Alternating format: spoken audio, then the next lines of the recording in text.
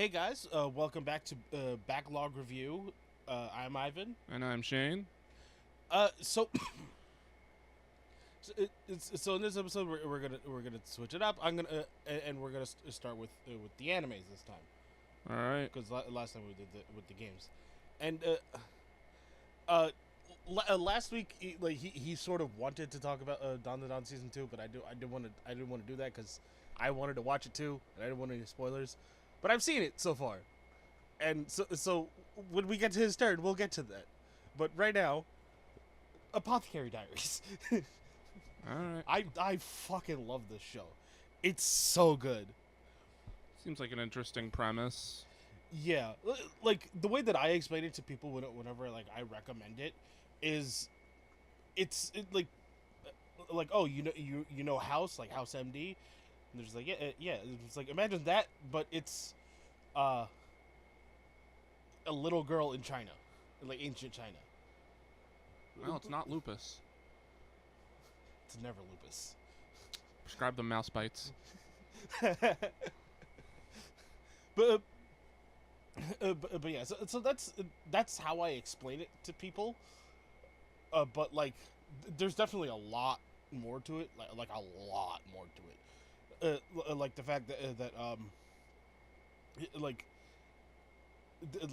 there's a weird bromance thing going on with her and like the head eunuch or whatever.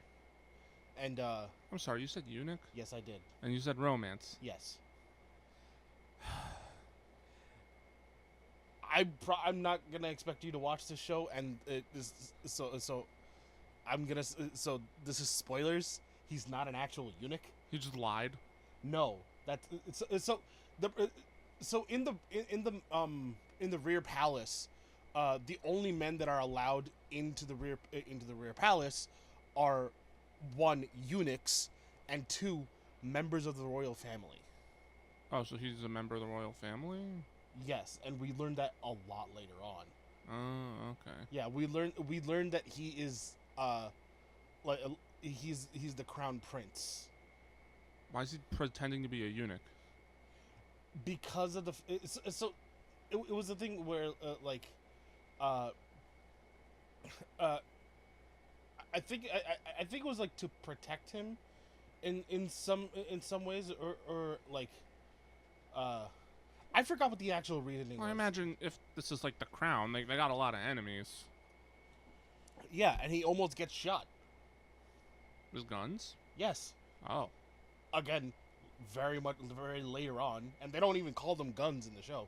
They call them boomsticks? No, feifas, Oh. which is what I would assume Chinese for gun is. It probably means something else, like fire stick or something. I would assume it's onomatopoeic, Oh, maybe. because like because like a lot of the time words for things like that tend to be onomatopoeic. So like our word, so like in Urdu, I think also in Hindi, the word for fireworks is pataka. Yeah, I hear it. See, yeah. So it sounds like it could be onomatopoeic, which would make a lot of sense. So like the feifas are like sort of a new invention. Are they just like regular flintlock pistols or flintlock rifles, where you have to like do the thing on the? They are pistols. They are flintlock. Oh, pistols. they're pistols. They're Yes, not rifles. yeah, they're not rifles. They still take a long time to reload. Uh, not these. These are a little bit different Oh, because these are one a modern Western invention. well, wouldn't they still Modern fire Western musket of the balls? time. Wouldn't they still fire musket balls though? Yeah, they do. So don't you still have to use like the rod to push them in? Yes, That usually takes a while. it does. But this one you can fire multiple shots at once. So what? It's like a shotgun. In a sense, yeah, like a sawed off. So or sort of it. it's weird. I'll definitely put up a picture of what it is. Mm. So yeah, he gets shot. This happens in season 2, which is what I'm going to be talking about. So this happens in season 2 where he's actually like disguised as as the prince. So he has like what's essentially a burqa Oh. on in order to like hide his face and everything. Like they because of the fact that like nobody knows that Jinshi is actually the crown prince. Really, you can open up the Suicune packs. Just while I can. I didn't pull anything. Yeah. So yeah, like he was invited to like a dinner or whatever, and he like has like he's like having a heat stroke or something like that. So he walks off, and Mao Mao, the main character, like sort of follows him, and in that instance, like he ends up like getting shot at. He doesn't get shot, but he gets shot at. That's enough to raise stakes. Yeah. Mama wasn't blamed, is she? No. Like he's a high-ranking official, and and he's in love with this servant girl, so he can protect her with practically fucking anything. True. Just throw your influence around. Exactly. So that's enough. That's enough about gun talk. So the reason why like I say that it's like House, but a girl in ancient China. Is because there's mystery diseases that need to be fixed. That goes into a lot of it, like especially so a lot of like Chinese stereotypes and not stereotypes, superstitions are based on like pretty much stupid people not knowing what the fuck they're actually seeing, and then the smart people are just like, no, it's this. And that is how the premise of House goes. Yeah, but I assume it's a different style. Like, no one in House is like, this disease is a curse from the gods. Oh no, there are definitely episodes where that happens. People are weird. Well, yeah. Like there's definitely episodes of House where that is the case. Well, that is what people think is the case. And then House explains, no, this is what happened, this is how he got it, and this is how we think we're gonna fix it. We're probably wrong. And then they fuck up, and then they find some weird fucking lawless solution that somehow works, and that's how that works. And that's how they fix it. The lawlessness in this case is the fact that she's not allowed to practice medicine because she's a woman. Ah. So she's practicing medicine like in the shadows, essentially. So wait, what's her actual job? Her actual job is a taster for the head lady, for the head concubine. To check for poisons. Yeah. Because of the fact that she has a poison immunity because she experiments on herself. Oh. Yeah, so she's an apothecary, and she grew up learning about all poisons and whatnot. So she fucking loves the taste of poison, and has built up an immunity to it. Strange. So what? There's literally a scene where she's tasting a dish and she's like, "Oh, this is delicious." Yeah, this is poison, by the way. Yes. There's a very like famous, very like powerful scene where she's just like eating soup, and she looks up and is like, "This is poison," and I'm just like, "Holy shit!" But then she keeps eating it. No, They immediately get rid of it. They throw it away. Later on in the episode, she's like, "Hey, what happened to that soup?" I knew they were setting up for something like that. That's good. I like that they do it immediately. Yeah, so they got rid of it. So yeah, they got rid of the soup. And she's But like, then she's like, "Where was it? I want more of that." and Jinshi, the main guy, he's like, or the prince slash eunuch, he's like, it was poisoned. We threw it away. What the hell what are you talking about? She's like, but it tasted so good. He's like, no, we threw it away. What? Yeah, I just love like, I just love the weird stuff in the show. Like it has like such good writing, and also the comedy in the show. It's not a comedy show. It's meant to be more of a dramatic telling. But there's a lot of jokes in the show that are actually like legitimately funny. That makes sense. I mean, I feel like that's the case with a lot of anime. Most anime never are 100% serious, with few exceptions. Yeah, There's always jokes. yeah. There's definitely a lot of anime where Hell, that's not even anime. Even Game of Thrones had jokes. yeah, there's definitely like serious tone anime with jokes, unless you're watching something like Monster or Wonder Egg Priority. What was the second one you said? Wonder Egg Priority. Never heard of it. I've heard of Monster though. Yeah, or anything Junji Ito. Junji Ito didn't add jokes. I feel like he might have. I don't think so. Fair enough. Maybe creative liberties in the animations of his works have some jokes, but realistically, I don't think his actual like. Most creative liberties have also butchered his works, so. That's true. But still. But yeah, like the comedy in the show is actually really good. But so I realize I'm talking a lot about season 1 of Apothecary Diaries. I'm intending to talk about season 2, because that's the one I watched recently, and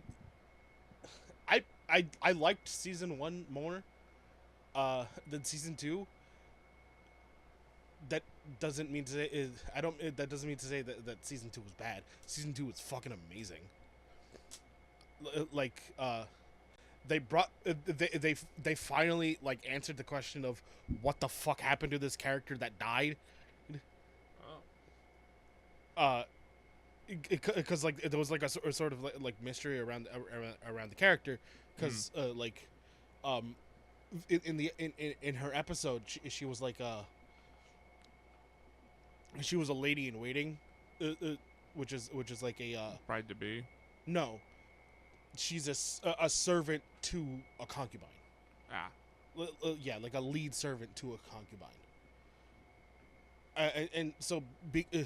And so she had like a weird mystery around her, because she was like a new lady, a new one in the rear palace, and like she would like wake up in the middle of the night and like dance on a roof, and people thought that she was possessed or something like that, or either that or people thought there was a ghost because she would be dressed in all white. Was she schizophrenic? No, Poisoned? no, big brained. What do you mean? So she did all that. That like the acting crazy kind of thing, in order to fake her death, escape, bring her sister into the rear palace as an actual concubine. And kill her? No.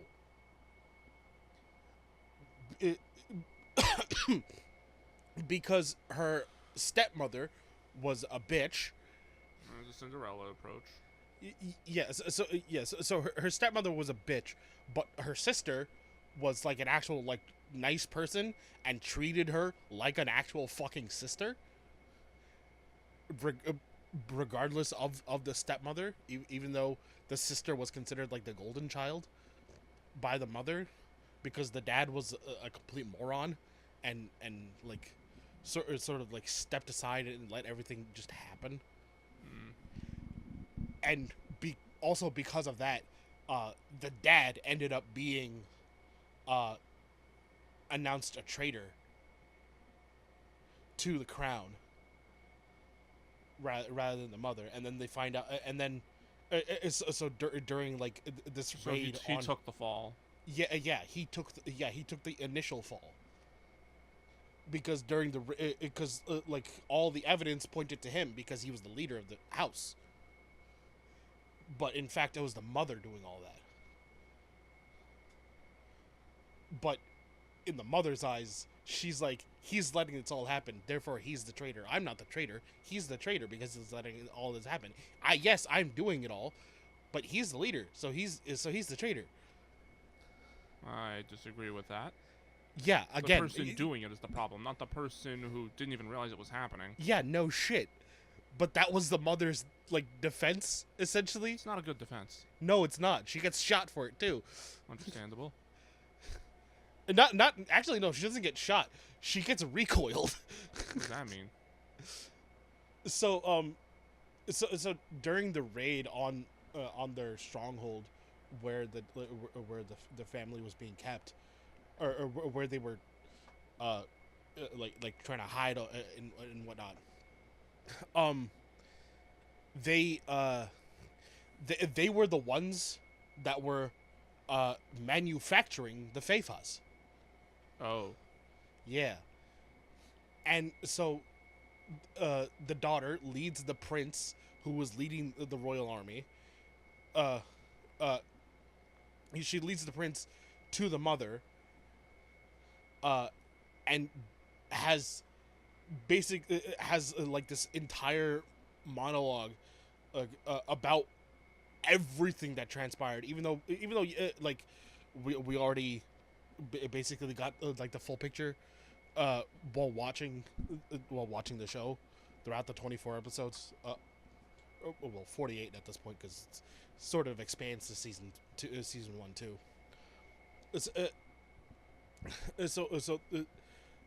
She basically explains everything that happened up to this point, and yes, it is an exposition dump. It's a good exposition dump. The way that she does it, and because of this, the mother gets angry and whatnot, takes the gun away from the daughter's hand, and tries to shoot her, but the daughter is too smart and clogs the gun. So she rigged it to explode. Yes. And it ended up killing the mother. Understandable. It's literally holding a bomb. Yeah. And the way that it ended was just, oh man, that was such a like a heart-wrenching scene. Because like in the end, like when she was like laying her mother down to the floor, she's like if you shed a tear for my father, if you shed one tear for my father, I will forgive you. And you see the mother's eyes are completely dry as she's dying. Fuck. Yeah. And she like essentially like sort of Just a monster to the end. Yeah. And so because of the fact that that now she herself has to take the fall for everything,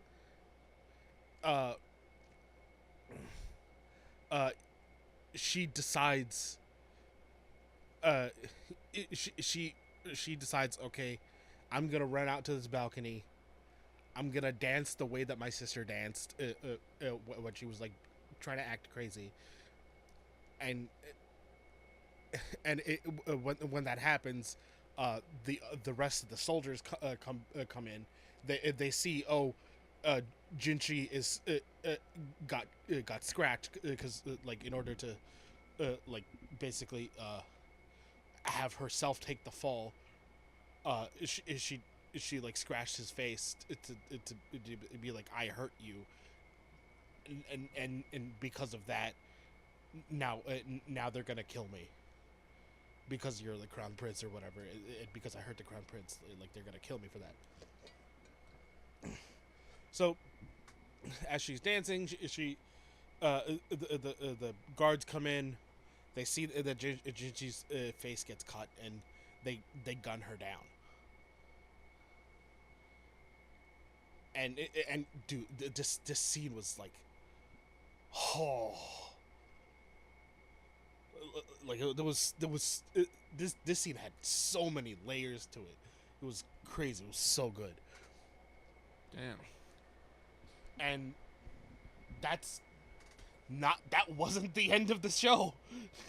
Well, yeah. There was two more episodes left in the season. Wait. Oh, the end of season 2 is the end of the show? No. Because is the manga even over? Huh? Is the manga even over? No, it's not a manga. It's a light novel. Light novel. There is a manga, but it's different. Yeah. I haven't read it yet, but so like I've been so like there was still 2 episodes left after that episode. I was like, what the fuck are they gonna do now? And then in the 2 episodes, they go through all. They actually go through all the mourning and like what happens afterwards, like the repercussions and everything like that. And then it's revealed at the end of the last episode, she's still alive. After she got gunned down. Yes. How? We don't know. Okay. She got gunned down and fell off a balcony. And we From how high don't know up? what happened to her. From how high up? I don't know. They don't say. Oh. But does it look like it was high up? Yeah. Because it's like the kind of thing where someone fell without being riddled with bullets. They probably live, but like break a bone or two. But yeah, this. But yeah, it gets revealed that like, oh shit, she's still alive. What the fuck is gonna happen now? So yeah, now I'm like super hyped for season 3. Which you got a while, I assume. I've got a while. Yeah, welcome to waiting. I'm a JoJo fan. I mean, like, I waited like what 4 years for Dress Up Darlings is season 2. I think, and also a couple of Cuckoo's season 2, both of which I've already completed the mangas for before watching the season 2, which came out like last 2 months ago. To be fair, I think it has already been 4 years since part 6 ended, and part 7 got announced, but we have very little information about it. But that's not the anime I want to talk about today. I want to talk about Dandadan season 2. For those of you who haven't seen Dandadan, the premise is fairly simple, actually. It's a girl who believes in ghosts, a boy who believes in aliens. They're both like, you're crazy, I'm going to prove you wrong. So the boy goes to a haunted place, the girl goes to a place that apparently had alien sightings, and they're both right. which is very rarely the occasion. I know, right? You see so many alien stories and so many ghost stories. The idea of both being together is actually relatively innovative. It's not only that, it's just like, usually in scientific debates, it's always either I'm right, you're wrong, I'm right, or we're both wrong. Never we're both right. There are it's not never. There are rarely ever instances where both are right. So this isn't like a mutually exclusive thing. There can be aliens and ghosts because they're from completely different sources. Yes. But yeah, season 1 happens, and then when season 2 starts, they're in. Oh god, remember the fucking cliffhanger season 1 had? Oh my god. It's like they look and see like that area with all like the paper tags while Momo's being assaulted in a hot tub. I heard the assault stops after season 1. Yes. Yeah. But the whole thing with like the what are they called, the Kitan family? Something like that. Yeah. That at first I was like a little skeeved out by it, and then the like the head lady started throwing hands. Oh yeah, I'm just like, what the fuck? That was insane.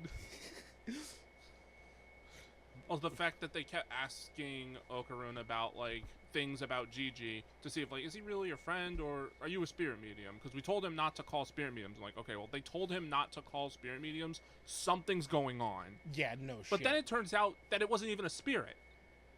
It was the fucking worm. Yeah. Which is just an alien that they think is a god, which is such a cool premise. I love the idea. I don't think it was an alien. The Mongolian death worm? Yeah, I don't It falls more under alien than ghost. Yes. Like, it's technically an anomalous entity, like a Yuma or whatever, but it's basically an alien. I think it's more of like cryptid. Yeah, but cryptids and aliens kind of fall under the same boat in this show. Yeah, that's fair. Like, I'm not even sure. Have you seen the episode with the musicians? I think so. Were those aliens or ghosts? Because you'd think they'd be ghosts, but they're not, because they literally say, oh no, they're just manifested fear from those portraits. I'm like, what? What does that even mean? That makes sense. So, is it like a motion ghost? Is that a thing? Oh, that's episode 8. I haven't seen episode 8. I know what you're talking about. Oh, okay, sorry about that. It's not a big spoiler. That's not a big spoiler. The bigger spoiler is how that fight goes, and that's one of the better fights in the show. Yeah, because episode 7 ends off with the ghost showing up. Yeah, but well, we don't even know if they're ghosts. Again, it's like it's weird, but yeah, the whole thing. I mean, like musical, like the manifestations of the fear in the music room makes a lot of sense, especially for an Asian country. I suppose, yeah. And I didn't a think music of that. program, yeah. But that doesn't mean that then they're not spirits of those musicians. They're literally just manifestations of like stage fright or like pressure. Yes. So it's probably like the manifestations of the fear of the children in that are in that musical program. Because of how because of all the pressure that they have on them to perform and also just be good at the instrument in general. So it makes sense for those kinds of things to exist. Like manifestations of emotions, happen a lot in anime. Mm. So it makes sense for something like that to happen in Dandadan. Yeah. Alright, but to go back to the worm, Yeah. like, I always love the idea of taking something completely otherworldly, having no understanding of it, and being like, oh yeah, that's God. Yeah. Because that, like, you ever heard of cargo cults? It's like that. Where, like, tribes that were completely sealed off to the outside world were getting airdrops from U.S. troops, and they eventually started to build effigies of the planes to try to get more stuff. Yeah. It's interesting that when we as a species don't understand something, a lot of us default to religion. Yeah. Like, it's understandable. Yeah. But Dandadan shows the dark side of that, because they're literally sacrificing people to this worm to prevent the volcano from erupting. Which somehow actually works. Yes. Yeah, when they stop the worm, the volcano does erupt, which I think it's a cool idea to have them be right, but it's never explained why. Why does killing the worm cause the volcano to erupt?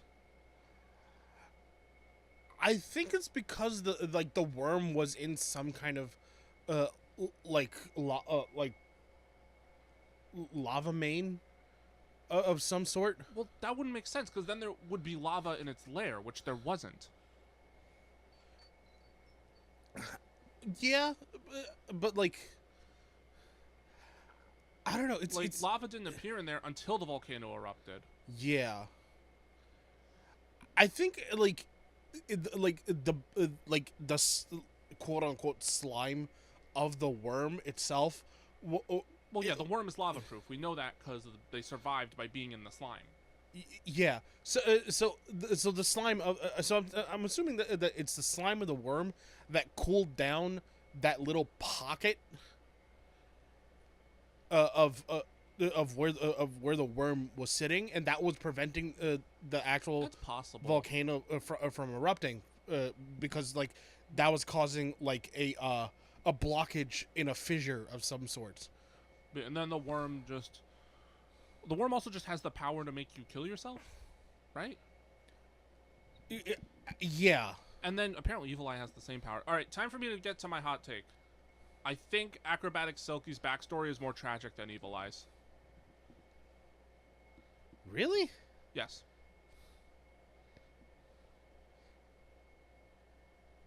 Yeah, not honestly. What's worse? Yeah. Somebody who was raised to basically just be a sacrifice and never felt any happiness in their life, or someone who had that happiness and had it snatched away from them in the most brutal way possible.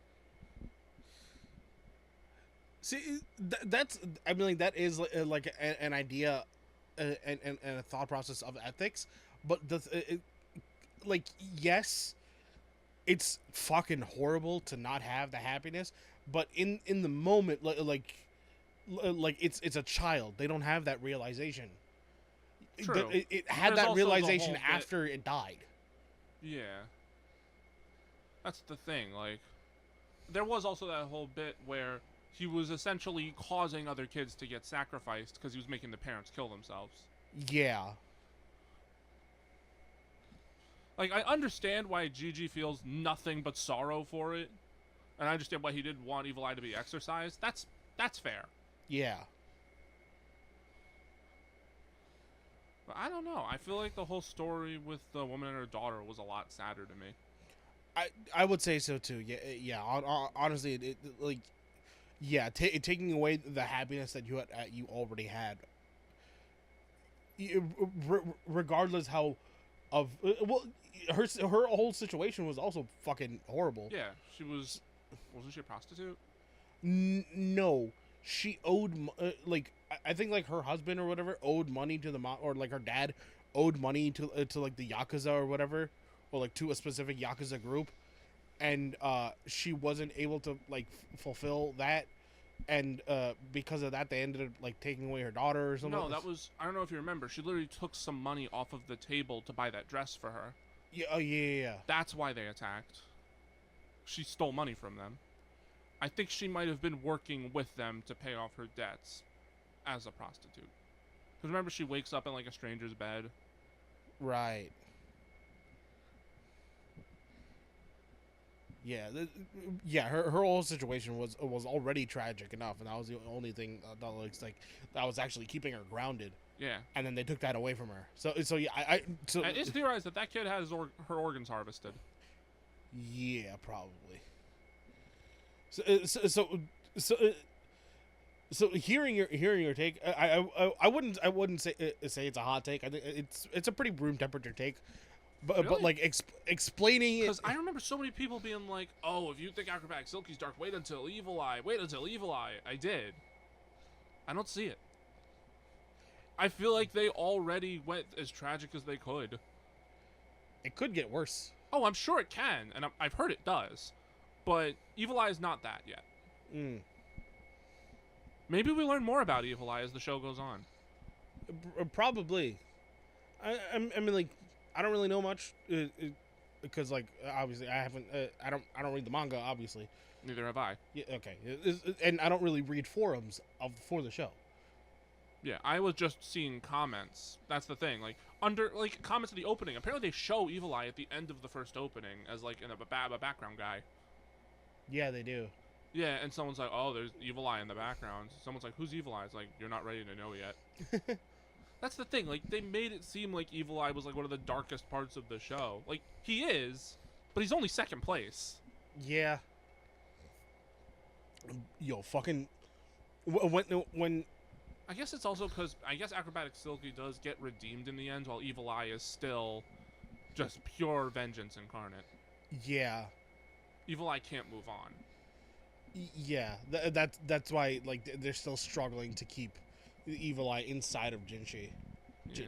Gigi's a great character, by the way. Fucking hell. Gigi is such a fun character. I thought I'd hate him at first. I thought that too. Everyone thinks that. What is it with Dandadan characters? Everyone's like, "Oh, I'm gonna hate this person," and then you end up just adoring them. Like, Ira was the same way. Yeah. Like, I hated Ira up until the episode with Acrobatic Silky, and then the fact that she got her powers, that was so cool. Yeah, bro, this show is really like subverting expectations a lot. It does. That I will say that kind of mini arc in the school where they fought like the Loch Ness monster was probably one of my least favorite parts of the show. It wasn't bad. It was just less than everything else. Yeah, Though the part with the mantis shrimp guy was cool. Yeah. Also, the fact that they used a Japanese energy drink commercial jingle, which, I mean, apparently that's a commentary, because he was like a temp worker, and that was his whole thing. Yeah. I like the boxer dude. He's really funny. Businessman. Wait, he was great. Yeah. And then he comes back. Yeah. Like when he comes back and helps him fight Gigi, it was just like, what the fuck? I like that he's become a recurring character. Yeah. Also, my favorite character in the show is Turbo Granny. That's understandable. She is so funny. Once she becomes like the cat form, every line out of her mouth is comedy gold. Yeah. She's like a better. Like she's not quite redeemed. She's just kind of in the position where she can't really do anything, so she's just going with the flow. She's like, well, the alternative is being exercised, so yeah, I'll play nice for a bit. I wonder if she'll come back. She's like a better what's his face from Bleach. I don't know Bleach. I was gonna say she reminds me of. I was gonna bring up a game where this happens, but it's kind of off topic. You know the game Indivisible? Yeah. Yeah, Dar. Except Dar's story ends up becoming a lot more tragic, and maybe Turbo Granny's will too. Just like the idea that this character that despises the protagonist and vice versa, they just have to stick together, and neither of them can harm each other anymore. Well, they probably could harm Turbo Granny, but why would they? Also, fucking Alex Lee. He's one of the best. I love Alex Lee. He voices Luke in Street Fighter. Yes, I'm aware of that. When I meet him at Comic-Con, I'm bringing a Luke amiibo. What is a Luke amiibo? I haven't bought it yet. Oh. I was gonna say, I know you have like Street Fighter pop figures. I know you have Street Fighter amiibos other than the Smash ones. Yeah, I have Ken and Ryu up there. Yeah, those are the Smash ones, though. Yes. But, so it's a reason why I bring up Alex Lee. So yeah, he voices Gigi. I was about to say Jinchi again. God fucking damn it, Gigi. And it's so like he has like this like super peppy high pitched voice. And then when he goes into the That's the same voice actor when he's in Evil Eye form? Yeah. Oh shit. Yeah, you're I didn't catch on to that. When he goes into Evil Eye, I'm just like, holy fuck. And he's got range. Yeah. No, well, I already knew that because I've already watched a lot of shows where he voices the main character. So when he went into Evil Eye form and started talking to Evil Eye form, I'm just like, holy fuck, it's Anos. Oh, who's Anos? So there's a show called Misfit of the Demon King. Don't know it. And he voices the main character, who is the Demon King, Anos Voltigode. And he has like that like super deep voice, and like it's weird because you don't realize that it's Alex Lee, because a lot of the time it's just his voice. Like Luke is just his voice. Gigi is basically his voice, but slightly a little more pitched up. Yeah, and then playful sounding. Yeah, and then like pre-transfer, pre-reawakening Genu, that's just his voice. I was gonna say something about Gigi though. I just realized Gigi's like whole enthusiasm is for soccer. Yeah. Evil Eye kicks balls of spirits around. Is that because he's inhabiting Gigi's body? He's just like, oh, this guy's got strong legs. I can work with that. Are you just now putting that together? Kinda. Yeah, that's fucking obvious.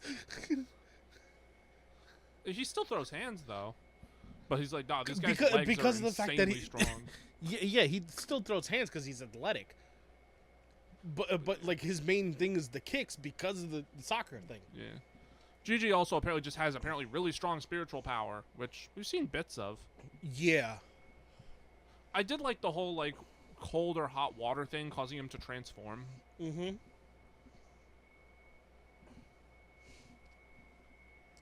Yeah. Also, the concert with the exorcists.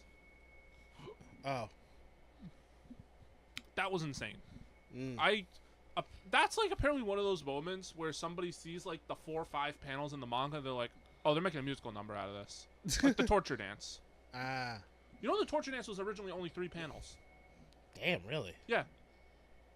And they turned it into that. That's crazy. Might be a bit more than 3, but it was just a couple panels. Also, when the fucking mannequin dude took over, it was so funny. That mannequin guy is I love the mannequin such dude. a strange like subplot. Also, wait, is he an alien or a ghost? I don't know. This world's just weird. Yeah. I guess maybe we're looking at this the wrong way. There's aliens, ghosts, and just weird little dudes. Yeah, cryptids.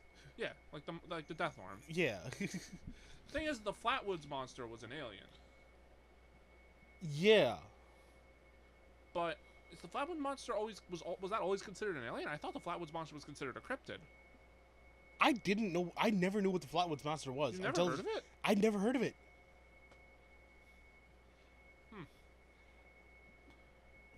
I mean, they show up in Zelda in fucking Majora's Mask. Remember those aliens that show up to Romance? I haven't played Majora. How have you not played Majora's Mask? You're the Zelda guy. Ganondorf's not in it. So? That's the whole point of why I play Zelda. Fine. That's the whole reason why I played Ocarina and not Majora. But no, because Ganondorf is in it. There's a moment in Majora's Mask where literal aliens attack one of the ranches, and their design is based on the Flatwoods monster. Huh. You can put up an image. Oh yeah, I definitely will. But yeah, like the entire reason I play any Zelda game is if Ganondorf is in it, and Also, it's still not a lot. I was gonna say another thing I liked is that after like it was almost a gag at first when like he gets a little bit of like soup broth on him and turns evil eye. But even after that, we see the effects. Like the house is destroyed. Yeah, and that's never like written off. Yeah. Every time we see the house, it's like getting repaired more and more. That's cool. I like that there's stakes like that. A lot of that sort of reminds me of. Also, we've never met Okarun's parents, and I'm starting to get worried. Aren't they dead? I don't think so. I thought they were dead. I don't think he ever mentions if they're dead. Because if they're dead, where does he live? He's not homeless. No, he lives on his own, doesn't he? I could have sworn he's like 15. How does he live on his own? A lot of 15 years old in anime live on their own. Protagonists, yeah, but I don't think his parents are dead. I don't think they. Maybe he offhandedly mentioned that. I don't remember that. Yeah, I forget too. I remember him mentioning like his only friends were aliens, but that might just mean his parents like don't respect him. Yeah. That's what I'm thinking. I'm thinking his parents are just gonna be assholes, and they're not even gonna have like powers. They're just gonna be mean people. Yeah, like Eve's parents from Invincible. Oh. Yeah, I never watched Invincible. I've only seen like half I know only the memes. I know think Mark think I know this is good news. We can be bees. No, this is it's a thing in season 2 where like Adam Eve's parents are fucking complete assholes. Dang. Which is the entire reason she even left. Wow. Yeah, it's so. So yeah, like. Yeah, we don't know what the fuck his parents are. We don't know who they are. It would be interesting. What did you think of episode 7, by the way? Episode 7 was the episode before the musicians? Yes. Is that the one where they're just kind of dealing with Evil Eye? No, that's episode 6. What's episode 7 again? So in episode 7, it starts off with Is it them like? I thought that was like the episode where they train Gigi to deal with Evil Eye. No, that is episode 6 where they're trying to train. Where they're training. Oh, okay. This is I know like Turbo Granny's like this is you're slightly slow. afterward. Where I want to say Mal is her name. What's Who? What's the main girl's name? Momo. Momo. Oh, the fucking maid cafe. Yeah, the maid cafe. I forgot about that. Yeah. It wasn't filler. Like, it was meant to. It was meant to go towards like the romance plot, which I think I remember the creator saying, like, in the end, Dandadan is a love story. Yes. Which is why I fucking love episode 7. I thought it was very funny, especially the end of episode 6, where we found out that's why her friends were leading Okarun there. Yeah. Yeah, with friends like hers, who needs enemies? But the fact that he also waited outside the maid cafe the whole time to walk her home, that was nice. No, he didn't wait outside. I thought he did. No, he went away and then came back. Oh, I thought he waited. No, he didn't. No, he didn't wait. Because her friends dragged him off. That's true. So he had to come back. Where were they dragging him the second time? Who the fuck knows? The audience definitely doesn't. True. So, but I honestly forgot about that. I kind of do tune out some of the slice of life aspects of this show because I am more of an action guy. But there were moments I liked, like that time when they finally deal with Turbo Granny, get most of his thing back, but eventually they're just like, where are they? I want to talk about ghosts. I want to talk about aliens, and then they just can't find each other for the entire school day. Yeah. Yeah, I like a lot of the slice of life aspect to the show. I'm pretty sure that slice of life aspect does cut into eventually the fight with Acrobatic Silky because it involves Ira, who has one of the balls. Yes. So that's part of the reason why I really liked episode 7, is because like it like actually like went into more of like the relationship between Okarun and Momo. I was gonna color Mao again. God fucking damn it! I got fucking. Wrong show. I just talked about Apothecary Diaries, and a lot of the names are very similar. All right. You want to move on to video games? No, I'll start this time. Yeah. This is a game I didn't really play it recently, but it recently got a new update, so I think I'm allowed to talk about it. It is a small RPG Maker game called Look Outside. I think I told you a little bit about it, but not much. I don't remember the premise. The premise is you have a strange dream, and you wake up feeling an intense urge to look outside your window. If you look outside your window, you get slurped up into the sky. You get blobbed. Yeah, but that's only what happens to you. For everyone else, if they look outside, they turn into some grotesque monstrosity of who they were. Like, the Stargazer guy turns into like a mass of telescopes that's trying to fix people. And you don't want to know what it looks like when he fixes someone. A baby looked outside while they were teething, and they turn into this grotesque teeth monster that causes anyone they bite to grow teeth all over their body. Oh, God. A painter that painted outside when it happened, so he has a depiction of it. It gains the ability to paint other aspects. Like, he can create anything that he paints and bring it to life. Ah. However, he ends up painting, like, emotional paintings describing how he feels when he sees the outside, which is a whole mix of anger, disgust, fear, just a bunch of, like, negative emotions. But then and that results in a bunch of, like, painting versions of him trying to take over his life. See, manifestation of emotions coming to life. Yeah, and instead of musicians, they're artists, which are also a type of artist. Musicians are a type of artist. Yeah. But yeah. What else? But yeah, there's a bunch of just strange people in this apartment building. You play as Sam, a mid 30s to early 40s shut-in who just stays in his house and plays video games all day. But now that this has happened, he's going out to like get supplies. But in doing so, an important thing about Look Outside is, despite it being a horror game, more often than not, compassion is how you get through situations the best off. Yeah, that makes sense. Eventually, it becomes like a sort of community, because you can get tons of party members that you would think are not good. Like, you can get a knock at the door and see a fucking Jason Voorhees looking motherfucker. Her name's Helen, and she's one of the best party members in the game. She's looked outside, but she kept her humanity. She has like a fucked up face from looking outside, but other than that, she wears a mask, so you can't even tell. And that's another thing. Despite it being like a basic RPG Maker game, I think the game does a very good job making the combat entertaining. It's easy, but it's entertaining because of how the party members work. Like Helen, like I said, she looks like Jason Voorhees. Her whole gimmick is her moveset is based on like 80s slasher villains.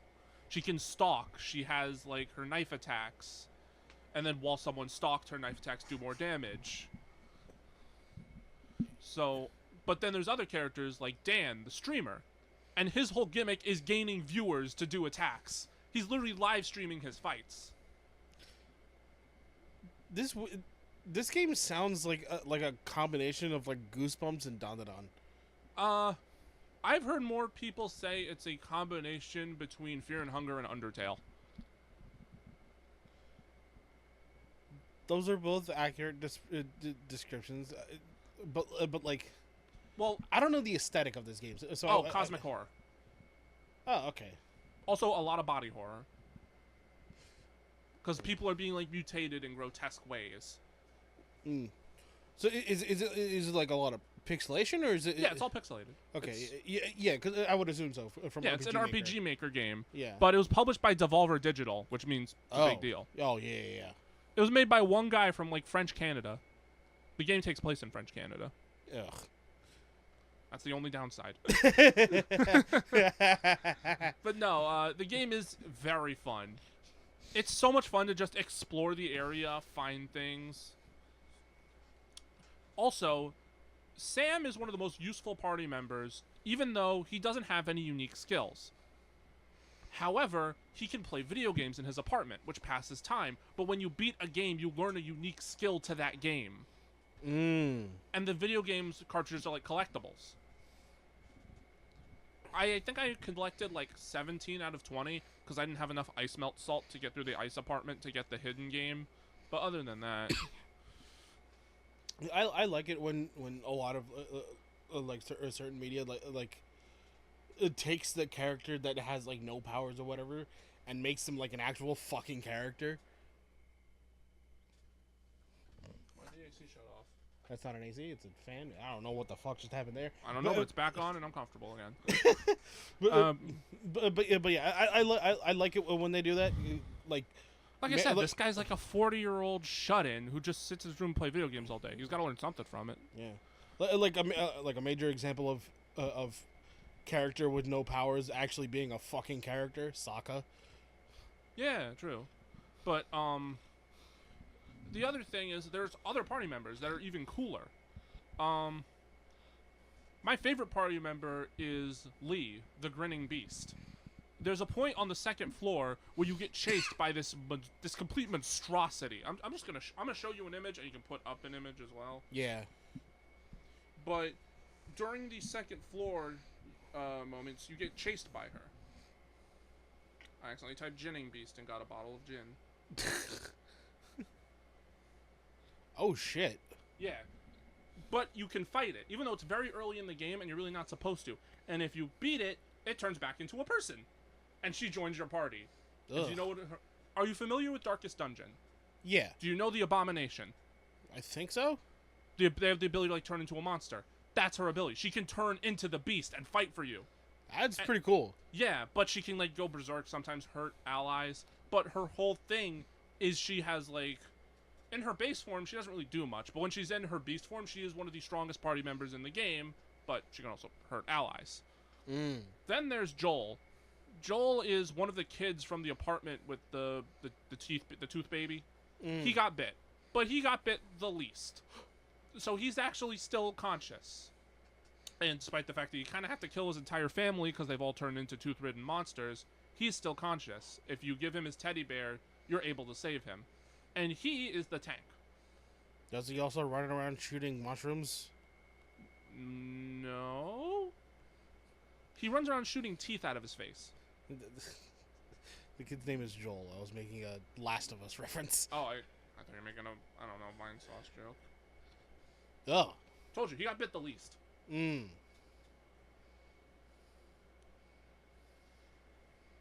But yeah, he's the tank, because every time he kills an enemy, he permanently gains 10 max HP. Ooh. So by the end of the game, also he's the highest defense stat. So by the end of the game, he was like soloing the final boss, because he's just that strong. He Damn. cashes in his health to do like high damage. That's his gimmick. Mmm. There's other party members, but I didn't unlock them. I never actually played as Dan, but I did use him once, but I didn't really like him. He's very tricky to use. Then there's the party member that's just a bunch of roaches in a trench coat, and he's the mage. In order to have him in your party, you have to befriend roaches that are infesting your house. You can also choose to declare war on them, and you'll get an achievement, but that is very hard to do. Mmm. But the thing is, all right, I'm gonna get to the end now. This is heavy spoilers. Eventually, you meet up with these astronomers that are trying to understand what's going on, and they realize there's something out there that's looking at us. They're calling it a visitor, or the visitor. And you have to find depictions of it. So you go to the painter's apartment and get that painting of the visitor he made. You go to the telescope. There's a telescope pointing to the outside. You put a disc there, print it into a negative, and then get it developed into a photograph. And that's how you get the photo of the visitor.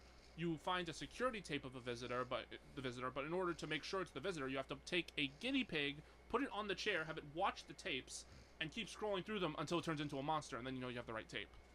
Ah. You can also give the guinea pig to the astronomers, which will result in the guinea pig becoming the final boss of the game and it being a bad ending whether you win or lose. The worst ending is giving them a guinea pig and being like, yeah, he might have seen the visitor. And they're mad. They're like, this is your fault. Why did you give us a fucking guinea pig? But yeah, and then last but not least, you have to find the manuscript, which is words describing the visitor. Which also, all of these things, if you look at them, you die. If you look at the photograph, you get sucked into it. If you look at the painting, your body splatters against it. And the thing is, notice how everyone else turns into a monster, but when you look at the visitor, you get pulled towards it. Why is that? Curiosity. Essentially, what the visitor is it's a completely, like, outer dimensional being. Something completely beyond our perception, or beyond our understanding. Ah, it's like a void ship. Doctor Who thing, continue. Okay. Eventually you do get to go outside to the roof, and you're not being turned because the visitor realizes you have like the depictions of it. For some reason, it's never really explained why you don't turn. Eventually you do in the middle of the fight, you just don't see it. But you beat the astronomers who form the Chaos Quartet because they got mutated by the visitor.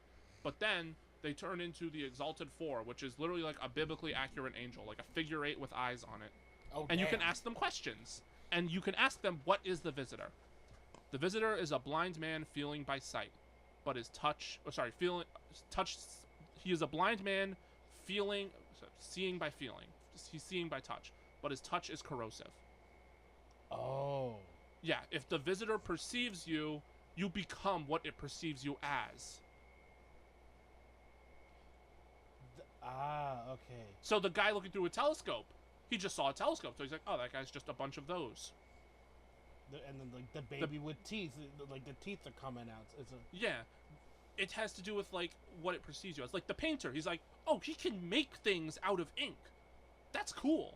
But that's not what he's able to do. That's just what he thinks he can do, because he doesn't understand. And eventually, you fight the Exalted Four, or you can choose to run and get the Screaming Sky ending, where the Exalted Four loses their minds and basically becomes the new god of the world. It's a fucked up ending, like a lot of them. But if you beat the Exalted Four, you get to meet the visitor face to face and talk to it. It asks you about the depictions. What are these? And you can say they're impressions of you. They're essentially you. But eventually you tell it, you're hurting us. And he doesn't realize that. It's the idea of, I think Bloodborne does the same thing, where it's like, the Great Ones aren't inherently evil. They just don't understand that by existing they harm us. Ah. And you can decide either to just then before the visitor leaves, he asks, "Would you like to see my true form?" Oh God. It is one of the coolest cutscenes in the game if you say yes, but it also leads to the worst ending. Because you get to see what it is. Because the visitor, so far, has just been depicted as a large eyeball. I'm actually going to pull up the cutscene. Hang on. Yeah. So yeah, the visitor is depicted as that giant eye. Mm-hmm. And then you see its true form, which is that. Or is it? Or is it? Oh or God. is it? Or is it? Oh. Whoa. Or is it? Huh? Or is it? Huh? It kept going. Or is it? It's not over. It's not even halfway. Yeah, or is it? Alright, this is the most you ever see of it before you completely lose your mind and become a monster. But there's a chance that this is just another tentacle. It kept going. What the fuck? Yeah. See what I mean? One of my favorite moments from the game. I got to see that blind. That's insane. So yeah, but you've already interacted with the visitor. You can also ask the Exalted Four, "Am I still human?" They'll say, "No, you aren't anymore." Meaning you have been turned a long time ago. The moment you stepped out onto the roof, you just didn't realize. Ah. But then there's the best ending, which is you see the visitor, but you choose not to look upon it. You let it leave. You turn into a giant monster, but your mind is intact. And I don't mean giant monsters in like kind of big, like the size of a permanent building. I mean your tentacles are big enough to wrap around the whole earth. But you keep your mind. So you become a savior of the planet and are able to help things rebuild within 3 months. Damn. Yeah. Really cool game. That's crazy. Isn't that insane though? The way that that's people really called cool. it like a living fractal. How it just keeps going. Yeah, I can see that. It's a perfect way. I think it's one of the best depictions of what an Eldritch Horror could be. Yeah. Okay. You Now gotta for- show those images, by the Oh, way. I'm definitely putting up images. Okay. Now for something a little bit more lighthearted. But something that I'm gonna get To be fair, really the game into. ends with you befriending an Eldritch Horror. Yeah. He calls you a friend. Yeah. But still not as lighthearted as fucking House Flipper 2. Well, yeah, you're just selling houses. That is an aspect of the game. Yes. Is it more than that? You fix people's houses. And then sell them. No. So the premise of House Flipper is so like you so you're given tasks, and the tasks are all people's houses that you go to. You fix them up, and they pay you, and regardless of whether or not you or they are selling the house or not. So it could be somebody like, hey, I just had this huge blowout party, and my house is all fucked up. Can you fix it? Or, hey, I'm gonna be turning I bought a new house. I'm gonna be turning my old one into an Airbnb. Can you fix it? Okay. Yes. So you're given like a list of tasks to do. You go to different rooms. The game doesn't really have a story. It's just go here, do this thing. Yeah. It's just meant to be fun. Like I know how the first game was. Yeah. So that is the premise of both games, and also in both games, with the money that you get from fixing people's houses, you use that money to buy houses, fix them up, and sell them. So I imagine it's a very addicting gameplay loop. It was in the first game. What happened in the second game? So here's the thing in the second game. In the second game, same fucking thing. You buy people, you help people fix up their houses for whatever the fuck the reason is. They pay you a lot of money. You buy houses, flip them, and whatever. It's the mechanics that that are the reason why I don't like the second game. Oh, you don't like the second game? Yeah. The reason why the gameplay loop was a lot more fun in the first game is because the mechanics were a lot more fun. They were a lot more intuitive than the second game. There are some aspects of the mechanics in the second game that I like. So in the second game, when painting walls, you can highlight a section of the wall, and when you paint inside of that section, it just paints the whole wall. It's like a paint bucket tool. No. It doesn't paint the whole wall. You can only paint inside of that section. The paint doesn't go outside, which helps a lot, especially when you're flipping somebody else's house. Yeah, you don't want to mess up the paint. Yeah, exactly. But the thing is that but in the first game, it was different. It was like, you hold the paint on this thing. It paints a full line straight down, and then you like essentially just drag that across the wall. Yeah, that seems more fun, more satisfying to watch. But it works. It doesn't work. It's not like a solid wall straight across. It's like if you hold it down and drag across, it'll put like a little bit of paint just across the wall. Wait, is this the sequel or the first game? The first game. So this one's better. So yes, so it paints like a little bit of lines on the wall, and then you can fill in those lines. The way that the second game works is that you highlight an area, and then you paint inside that area. And that aspect I like more. And then there's the aspect, and that's pretty much it. That's the only thing that I like more. I see.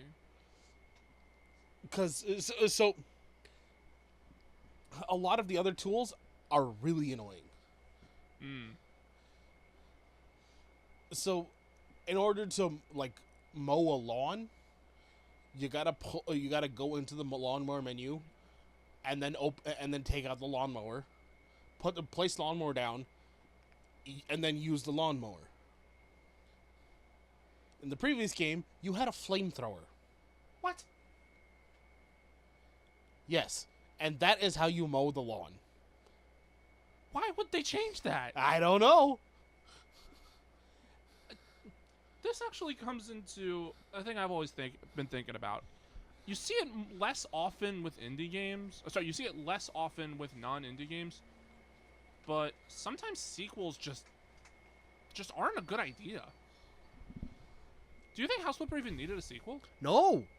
Exactly. It feels like the kind of thing where it works as a standalone experience. Yeah. Like I didn't understand why House Flipper 2 had to exist. Like if they wanted to, they could have just like tweaked a little bit of the mechanics in the first game, and it would have been perfectly fine. But that's how I feel about Enter the Gungeon 2. You saw the trailer for that. Yeah. It's just extra. Yeah. I feel like they could have just added more to the first game rather than trying to go for a whole new thing with like 3D graphics. Like, no, we didn't need that. We didn't like your game because of how it looked. We liked your game because of how it played. Yeah. Whereas with House Flipper 2, it's like it didn't really need a sequel. Does the game even look different? Could you like tell the difference between two screenshots? Yes, because okay. because a lot of the UI is also like slightly different. Is it better or worse or just the same? It's different, but it's about the same. It like the UI feels about the same. The UI is one thing that I'm glad they like. Although they changed, it doesn't feel worse. I don't know. This feels like making like a Stardew Valley 2. No. That could actually work. Yes, because of how like fucking intuitive Stardew Valley is. I feel like a Stardew Valley 2 could be a lot more. Okay. What's another like game you think doesn't really need a sequel? Isaac. Fair. Yeah. We're at the point where Repentance is probably the best the game's ever gonna be, especially with the mods, and they can just add more stuff. Yeah. We've seen them be able to add more stuff. Mm-hmm. Also, the story's over. Yeah. That's a good pick. Gungeon's another thing I don't think needs a sequel. I think you could just again add more things. Right. Hades getting a sequel is fine because how story based it is, how they're going a completely different direction, and also just Isaac could have a sequel, but you'd have to go in a completely different direction. Yeah, exactly. And Pal World is another one that really doesn't need a sequel. Well, yeah. That's kind of applies for most of those like open world sandbox games. Like we're never gonna see Terraria 2. We're never gonna see Minecraft 2. Who needs Minecraft 2? Well, technically we did have that, but that was an April Fool's joke. Yeah, they do that. Yeah. So yeah, there's a lot of games out there that like really don't fucking need a sequel. House Flipper 2 was one of them, or House Flipper was one of them. It really fucking did not need a sequel. It doesn't make any sense. That's really all I have to say about House Flipper 2. I was gonna say I didn't think there would be much to say about House Flipper. It's a pretty simple game. It really is, and like I'm starting like I've already fulfilled all of the requests, so now I'm getting into the aspect of actually flipping actual houses, and it's just not as fun. It's not as fun. Like it was so much more fun to do in the first game. Yeah, that makes sense. And on top of that, I was in the first game. This is something I didn't do in the second game. In the first game, I was flipping houses as I was also doing the requests. Oh. Which in this game you can do, but I didn't have enough money from the start to do that. I started to get more money as I was getting towards the end of actually like fulfilling all the requests. So by the time I was done with all the requests, then I can actually like flip all the houses. But again, flipping the houses is really a really difficult thing to do when the mechanics aren't as fun.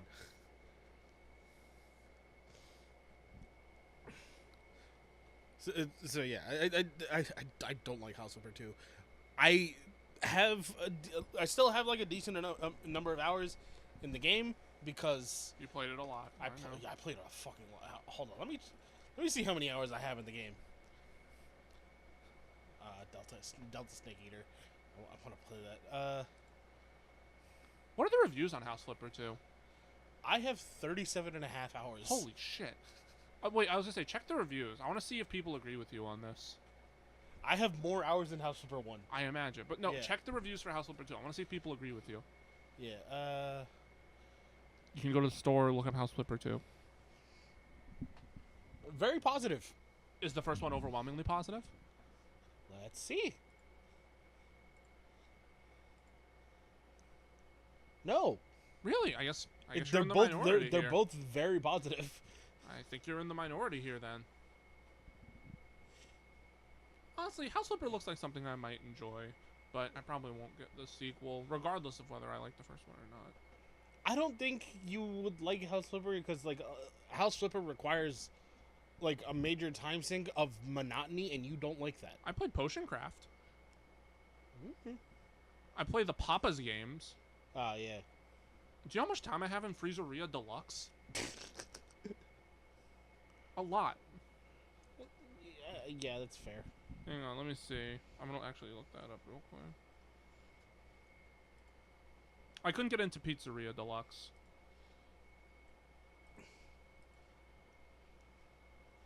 I have 24 hours in Freezeria Deluxe. Okay, so I'm looking I'm looking at some of the reviews, and yeah, there are a lot of like positive reviews. Uh, this one, it says feels more like an update slash DLC to the first one than a new game. Definitely not worth the price. Oh, so it's like a Galaxy 2 situation. Yeah. Oh, this game also has multiplayer. I forgot about that. Yeah. Does the first game have multiplayer? No. Okay, there's a reason for it to exist. Yeah, but that could just be an update. An update, yeah. Yeah, you could just add multiplayer to it as an update. You're right. Well, so that's all you got to say about House Flipper? Pretty much. Well, gee, I wonder what we're going to talk about next time we meet up. The Silk Song. The Silk Song is real. Yeah, next time I will be talking about Silk Song. That's going to probably be most of the episode. God damn it, Wade, you had one fucking job. What? To stop Silk Song. Who was going to stop Silk Song? Wade. Who's Wade? Wade Wilson, yeah. Listen, I forgive him for the Deadpool incident. It was funny. I really liked it. It was funny. I was annoyed in the moment, but it was funny. I'm also going to talk about the fucking... all of just the complete schizophrenia around the community. And, yeah. Listen, they may not have been cringe or, like, evil. They were fucking nuts. Yeah. They had a good couple screws loose, but we'll focus on that next time. Yeah, I definitely. I'm not gonna play Silk Song. I have other things on the docket. You haven't even played the first Hollow Knight. Because I don't care to. I know.